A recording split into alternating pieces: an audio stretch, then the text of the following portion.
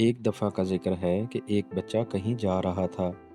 وہ ایک گاؤں میں رہتا تھا اور کسی کام کے سلسلے میں جنگل کے راستے سے گزر رہا تھا۔ راستے میں اچانک ایک خوفناک جن سامنے آ گیا۔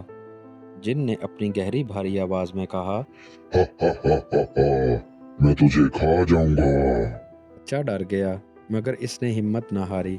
اس نے عقل مندی سے سوچا اور کہا، جن بھائی، میں تو ابھی بہت چھوٹا ہوں۔ اگر آپ مجھے کھائیں گے تو آپ کا پیٹ بھی نہیں بھرے گا۔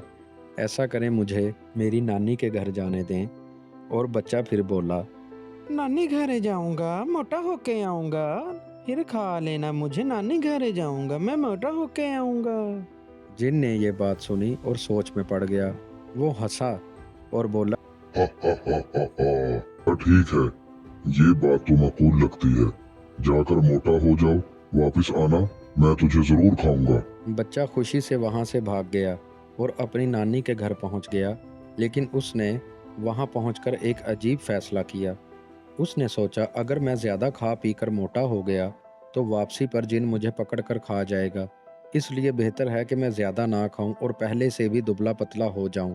بچہ وہاں رہنے لگا، لیکن کچھ زیادہ کھانے پینے سے گریز کرتا۔ دن گزرتے گئے اور وہ بچہ پہلے سے بھی زیادہ کمزور نظر آنے لگا۔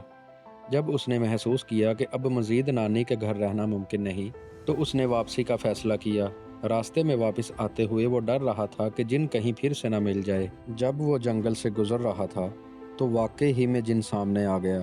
جن نے بچے کو دیکھا اور حیرانی سے کہا، ارے یہ کیا؟ تم تو کہہ رہے تھے کہ موٹا ہو کر واپس آؤ گے، تم تو پہلے سے بھی زیادہ کمزور ہو گئے ہو۔ بچے نے معصومیت سے کہا، جن بھائی، میری تو حالت اور بگڑ گئی ہے۔